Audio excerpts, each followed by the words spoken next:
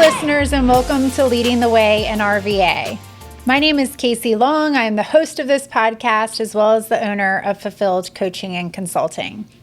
The purpose of this podcast is twofold. First and foremost, to introduce you to inspiring leaders here in the Richmond area. And second, to discuss pertinent leadership topics and help you find ways that you can take steps to improving your own leadership. How this will work is we'll spend the first 15 minutes or so introducing you to our inspiring leader, and then from there we'll dive into the leadership topic of their choice. And as always, we'll end the session with them nominating future guests. So without further ado, I'd love to take time now to introduce you to our guest, Jill Chicowicz. Jill is the founder and CEO of To End the Stigma and was nominated by Jenny Ball, founder and CEO of Kiva. So without further ado, I'll turn it over to Jill. Jill, welcome. Hi, thanks for having me. I'm excited to be here. So glad you're here. Would love to just take some time and hear a little bit more about you and your journey and what's led you to founding this organization. So I started To End the Stigma. Technically, it's been almost 5 years since I've been doing To End the Stigma, but I've been doing work in the substance use disorder advocacy realm for 8 years now. And the why behind why I started everything is actually really sad. And it's really hard to not talk about the why because it's the whole reason why I'm doing this. And so I lost my twin brother, Scott Zabrowski, to fentanyl poisoning in 2017. And when we lost Scott, it was weird. I was just talking to my son on the way to school this morning, and I said, I still don't believe he's gone. You talk about someone losing someone you love and what happened to them and what you did in return. And it's like my mind's way of just protecting my brain by saying, is he really gone? Am I just doing this as a side thing, And once we lost Scott, for the first 6 months, I got very, very dark and probably clinically depressed. And I just, I couldn't function. And Scott had the whole thing, he had some childhood trauma. He had a girlfriend that was killed in a car accident in high school, and he never forgave himself. She was this really beautiful girl from Brazil. She was a foreign exchange student. Wow. And they kind of were too hot and heavy, and my mom told him to pump the brakes. She thought it was a little too much for a 17-year-old, and she was 15. So we went out with our friends at night, and she was really upset. She was en route to come see us the next day, and she was killed on the way to our house. And the way I say that is because of trauma. We don't talk about it. And instead of getting counseling and what he should have, he started smoking marijuana as a mechanism to cope, which led down the whole trajectory of his life, which eventually led to a back injury with opioids being prescribed by Oxycontin with workers' compensation. And basically, I don't want to go down all the details, but he turned to a friend who he thought he was taking Oxycontin from that happened to be fentanyl, and he lost his life in a Starbucks parking lot on February 28, 2017. And so I think when you hear fentanyl poisoning or overdoses, we tend to blame the individual. We tend to blame them for their disease or their dependency of opioids, when really you're not getting to the root of what it is. And so that's what To End the Stigma is. It is, substance use disorder awareness, advocacy. We do place people that are in with resources if they should need it, but we're also in schools on prevention and education, because I really think we have to open the dialogue. It's an uncomfortable conversation, but you have to have it. Wow. So it sounds like you had this monumental life experience that's really led you to where you are today. I'm curious, what was life prior to the loss of your brother? Where'd you grow up? What were you into? I tell everyone, there's 5 of us, right? So Scott and I are the twins. We're the babies. We have a sister, Sarah, that's a year older. And then there's a gap. There's our 2 older brothers that are both 6 and 10 years older than me. And so we are Army brats. So we grew up all over. My dad was a pilot. And so my dad was actually a Marine sniper. He was a cop. He was a magistrate. He was a pilot. He was a principal of a school. My dad's pretty tough. And so growing up, we were very shipshape. We're Catholic, dinner every night at home. My mother stayed at home with us, Mass every Sunday. I always say we had a very idyllic childhood. On the outside, we were the perfect family. And I think with Scott, the things I now see, when you're with him as a child, you don't know. I think he was probably misdiagnosed, maybe ADHD or something, like that mental health issue. But in the 80s, we didn't talk about that. No. I tell my kids, I didn't even wear a seatbelt. We had a big station wagon. I rode in the front or in the back. Oh, I loved the back where you were facing the other way. So that is my favorite part. So I always tell everybody, people don't realize as a child, I was painfully shy, which is ironic. I'd be doing all this now. And like debilitatingly so. And so Scott was always goofy, loud, and would make friends for me. He had a sweatsuit for every day of the week. He had a weird cowlick. He had really bad eyesight, so his glasses were really thick. And whenever we would PCS with the Army, he would make friends for me. And we sat in the back of that station wagon. The first one had the seat where you just looked out the window. The second one my mom got, the two seats faced each other. Whoa! Electric windows. We were big dogs, and we would play like all sorts of games. It's like almost like we had our little club of two, and I loved it. We never fought. He was my person.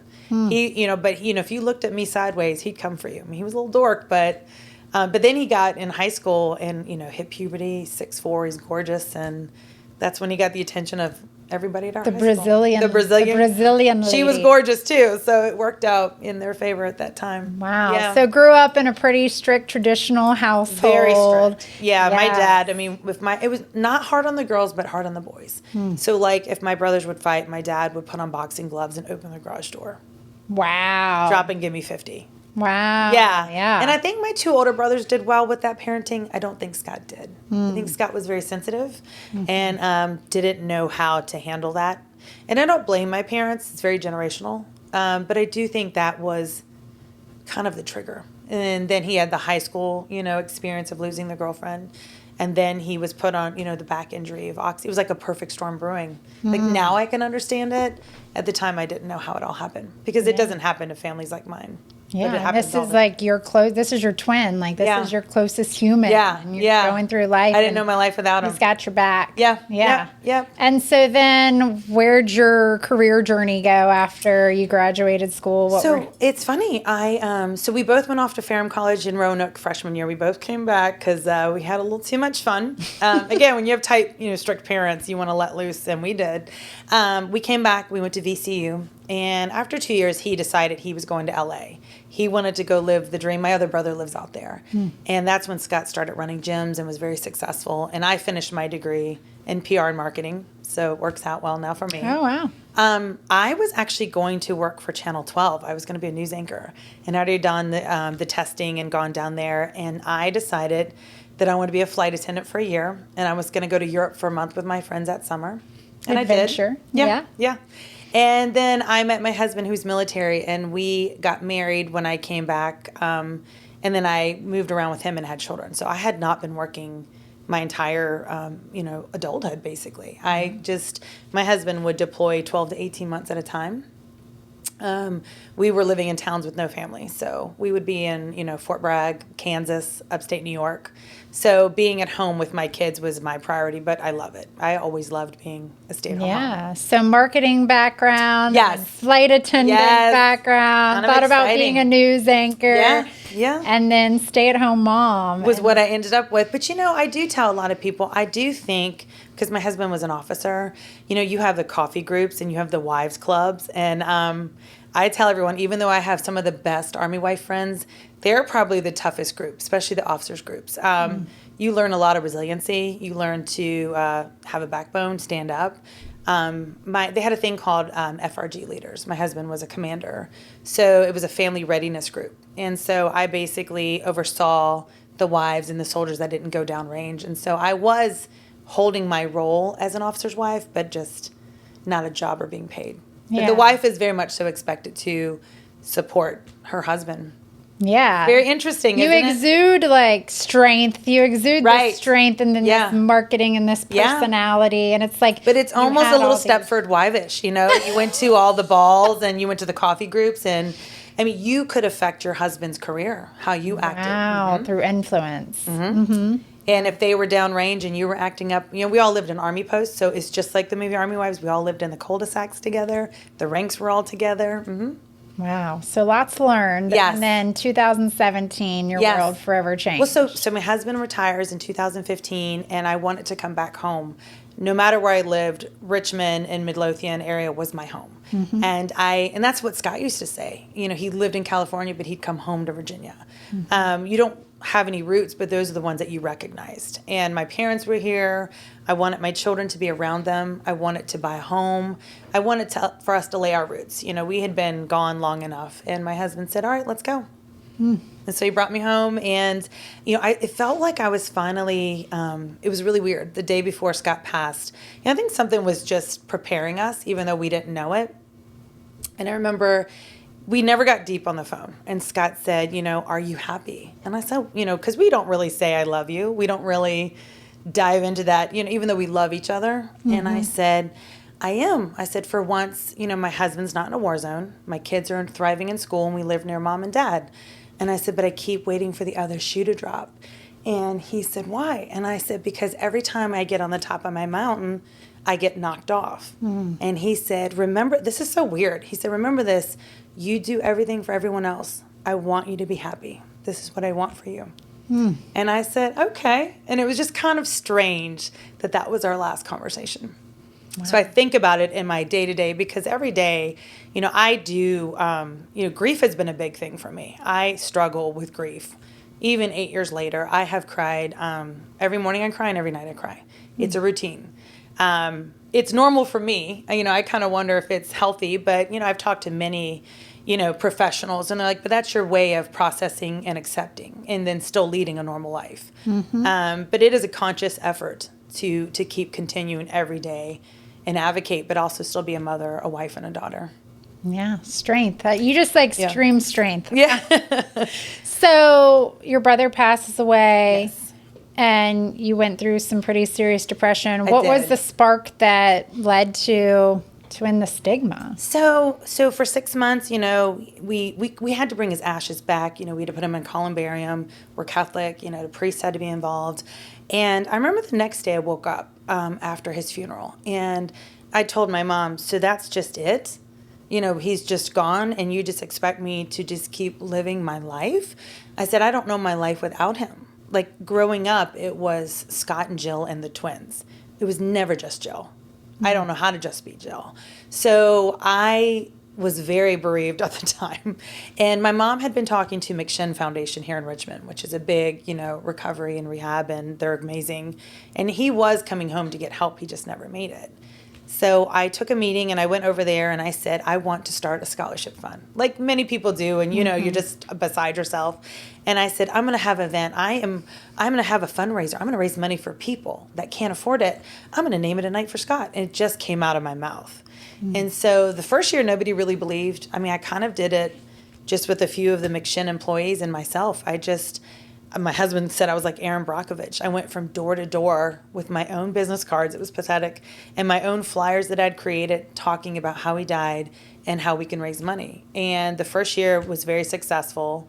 We had it for 4 years. And then I finally said, I felt, because of COVID, I saw what it did to youth and what it did to my children. And I felt like so many people were struggling during COVID. And I said, I want to go into schools. I want to get them younger, and I want to talk about trauma. I don't want them to go down 20 years of hell the way Scott did. I want to get to the root of it first, or try to prevent it if I can. And that's how that all started. So End the Stigma began, and it just, A Night for Scott, we kept that going. I eventually pulled in a golf tournament, Fairways for Scott. We started doing a community day with our friends at Caritas. Now we do Save a Life for Scott on his anniversary, which is Narcan training. So it's just evolving and getting bigger and bigger and bigger. And I really don't know where the road's taking us, but I'm on it. Yeah, it's like the passion for helping others, and the love for your brother is just your fuel. Yeah. Well, it's a form of grief therapy. I get to talk about him every day, and and some people are like, "Man, are you, you're obsessed." I'm like, I don't know if it's obsessed, but passion. It's passion. It's passion. And it's also just wanting to keep his memory alive, because he was more than just drugs and fentanyl and the way he died. And I mean, he came to every duty station when my husband was deployed to stay with me because he thought I was scared at night. And I was. I didn't like to sleep alone. I never did. And he sent me Mother's Day gifts. And he was that person. You know, he was my person. So, you know, he deserves this. Yeah. Yeah. And his spirit just lives on through Yes. you. Yes. I think he's driving the train. I tell everybody, because I do, you know, I'm working in, you know, with Department of Corrections. I'm working in jails and prisons on presentations now. And I am being very vulnerable, and I am just putting my heart out there and hoping that maybe it resonates with people that are struggling and they want to share their story. I love that. Yeah. Yeah. My cousin, my closest cousin on my mom's side, he was huge technical, like super high IQ gamer, went off to California, worked for this big gaming, like known in the gaming community for his expertise. And COVID, which I think COVID just brought up, I'm in trauma-informed coaching training. It's like when trauma happens, any trauma from the past like bubbles on top of it. And I think that's what happened with so many people. And he, like many, just went off the deep end with it. And in that, like, learned about emotional intelligence and about himself and about his purpose. And then it was too late and ended up committing suicide. And I feel like so much of my business, Fulfilled Coaching and Consulting, is driven through him and like his spirit of like figuring out his purpose and like helping others figure theirs out. So I get you on that. Yeah. It's important. And just being more empathetic to those that are struggling. I think, you know, if anything, I thought I was a good person before, but maybe a little bit more self-absorbed. And like this, I mean, there's almost been, it's almost been beautiful the way that Scott has shown me the world that is around me and how other people live and how we should view them and how we should help them versus judge. Because I will tell you, I was a lot more judgy before this. I remember my mom, Scott, had admitted to turning to heroin. And I said, ew, that's for like people under a bridge that have no family or money. It was an idiotic statement, but I'm going to plead ignorance. And the fact that I thought that way means there's other people that think that way. Oh, yeah. It is the only disease we blame the individual for getting. We don't blame anyone for getting lung cancer from smoking. We don't blame anyone, you know, with heart disease from eating too much red meat. You know, we would never blame an individual. And a lot of times my mom will say, I don't know if I loved him enough, or maybe I shook him as a baby. And I said, Mom, there's nothing you did that caused this. A lot of this was genetics. A lot of this was trauma. And a lot of this was environment and behavior. Yeah. Yeah. So important. I mean, mental health and such a big deal right now. It is. It always has been, but like now, especially post. Yeah. And we're getting better with it. But we have miles to go. Miles to go. Yeah. Well, thank you for the work you're doing towards Thank you. pushing on it. And you're, like I keep saying, your strength and your passion is just, I can just see that as like your fuel that is just continuing. It drives to me. drive It this does. Yes. So I did ask you to bring a leadership topic of your choice. So curious what your leadership topic is for today. So, you know, I was looking over that and I was thinking about, you know, with leaders and like the field they're in, and mine is so personal, you know, because a lot of times people are in it because they're passionate or it's something that drives them, and mine is so personal. But I think with me, you know, I have imposter syndrome a lot. And so that's always a problem for me because I look at other people and I was like, oh, she's really got it together. Look at her just balancing and juggling that, when really, you know, you don't know what's going on behind someone's, you know, their closed doors. And I'm always like, am I good enough? You know, why would someone ask me? Like so I was asked to serve on Governor Youngkin's Virginia Addiction Recovery Council, and I've been on it for 2 years now. Right. And the first thing I said is when they asked me to apply, you know, you have to go through application. And I said, why are they asking me? I don't have anything to offer.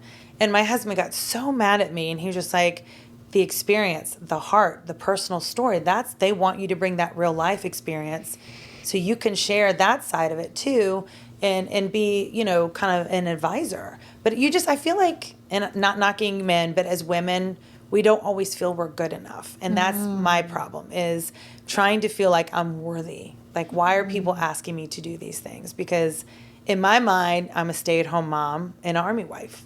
And that was satisfying for me. But this has brought in, you know, a whole different realm of what I thought my life was going to be. I think another thing too is, you know, with my husband, you know, he got a very different wife now than he married. And he is probably my biggest supporter. You know, he is very introverted. He's very quiet. He doesn't come to a lot of my events. but he's my like rock. He's the North Star for me. So I bounce a lot of my ideas off of him, and he says, that's a good idea. No, you'll know what to do. Just follow your heart. You'll know what to do. But I think the another thing is my work-life balance. Just doing that, and you could probably understand. Just trying to find my mom hat, but when it comes off, when it comes on. But I work out of my home. So I probably work 60 to 70 hours a week and 7 days a week. So trying to find the balance and take time for myself and recharge those batteries. And I've gotten better this year. It's taken me a few years to realize that I'm burning out. Yeah. So I'm trying to find the balance, because I think you're a better leader when you take the time to pause what you're doing and recharge, regroup, focus on your family and friends too, because life is still passing by as well. Yeah, so two extremely pertinent topics here. Yeah. One would be imposter syndrome. Two would be what someone might call work-life balance. The thing that came up for me, I just want to say it with the work-life balance piece, it's like it's self-care, it's self-compassion. It's almost like the last message your brother gave you, which was like, you do so much for everybody else. Make sure you make yourself happy. Yeah. And I think I was meant to hear him say that, because I hear it ringing in my head all the time. Don't forget this. So what does that look like for you? My future, my happiness, or my job, everything? No, just like making time for you, caring for you. Because you are doing so much. I am. So people do not realize. So, I'm running my own organization, but I'm also on 8 other boards, as well as Governor Youngkin's council, as well as my kids' room mom. So, So I will tell you, I do thrive on a busy schedule. I'm not a big sleeper. I am starting to make that a priority. I am trying to, work out more, go to the gym, hair and nails. It sounds silly. Get a facial. Yeah, to feel good. Yeah. So I have decided, every year I said, I'm going to make this an ultimatum. I'm going to do it. But I will say, A Night for Scott, our big gala in February, this was our most successful, biggest one. But this is the biggest one that I felt the most burnt out and mentally very drained. I was crying a lot this year, probably, and it was actually a red flag for me. And the fact that I could recognize it, which was good. I think a lot of people around me recognized it this year. Several people reached out after the event and said, I'm a little concerned about you. Yeah. And like 7 people. So it can't just be 1 or 2, but and said, my husband reminded me, this is a marathon. You're not in a sprint. But my son's a junior in high school right now. We're looking at colleges. He's going to be out of the house. So I am really saying, I'm starting to say no a little bit more, which I hate, but I think it's healthy. Yeah. So burnout is a hot topic. Like burnout is what led me to where I am today and starting my own business. And I know so many people and everything you read are dealing with burnout. And it sounds like this year you felt the tax of the burnout. It really hit me. It actually scared me. To a point where I felt like I wanted to jump out of like my own body. I've never felt that in my life. And I was also very, very sleep deprived. I mean, I had gone 2 to 3 weeks on 2 to 3 hours a night. Yeah. So it's almost like a prisoner of war. Yeah. And I kept crying and saying, I can't do this anymore. And then I finally said, all right, either I scale back or I get more help or I just try to balance this, whatever this looks like. Yeah. So I heard 2 like tactical things there. One is managing your sleep. Yes. And then 2, it sounds like the strategic no, which is a big thing. Yeah. Like learning what to say no to. What just other the bigger things that you want to say yes to that you think are going to be beneficial, and maybe the smaller things that you say, I just can't do it. That's hard for me because I feel like I'm letting people down. And I don't want them to. Or I don't want to feel like they're not important to me. Yeah. And I'm also very family oriented. It's a big, I have a big family, and family's first. And that's what Scott always said. He'd always hashtag family first. So it's always very, very important. So knowing your values, keeping your family first, being able to say no to things that aren't aligned with that. I think surrounding yourself with the right circle. I've learned, and this is a little bit of a negative thing, but as you are rising and starting to get a little more recognition, not everyone wants to see your candle burning bright. Some people are trying to blow it out. Those are not my people. I'm a girl's girl. I lift all my friends. I want to see them succeed. And as far as I'm concerned, you are the company you keep. Yeah, you're the average of the 5 people you spend the most time with. Thank you. So when your friends are thriving and doing great and you are too, then you're lifting each other. And that's Very, very important to me. Yeah, surround yourself with the right people. Yes. Yeah. Thank you. All right. Yes. So those are some good, you just came up with your own tactics and takeaways. Thank you. You pulled it out of me, though. That's coaching. And then the second piece you talked about is imposter syndrome, which is huge. Yes. So imposter syndrome is super common among highly successful people. It's what drives us. It is, everybody's got a form of it, some bigger than others. So I'll just share like a tactic. I could do it. I'm not going to do it on you, but I'm going to explain it to you and people can do it. So you mentioned this earlier before we got online, but our imposter syndrome is common. We all have it. It's what drives us. We don't want to get rid of it. We want to tame it. Okay. And so to tame it, you name it. Name it to tame it. Like a dog, you name it and then you tame it. So what I would encourage folks to do with imposter syndrome is take a moment, and you can do this here now, but you don't have to share it out loud, is just notice like at the end of that event or things like, what is the emotion that you feel? It's probably exhaustion, I would guess. Yes. And then notice where it shows up in your body. And so I have clients, it shows up in their gut, it shows up in their chest, it shows up in their head, wherever. Notice where it shows up. And then what you want to do is you want to objectify it. So you want to turn it into something like an object. So for right now, like I feel a little bit of pressure in my chest. So I might notice like what color does it feel like?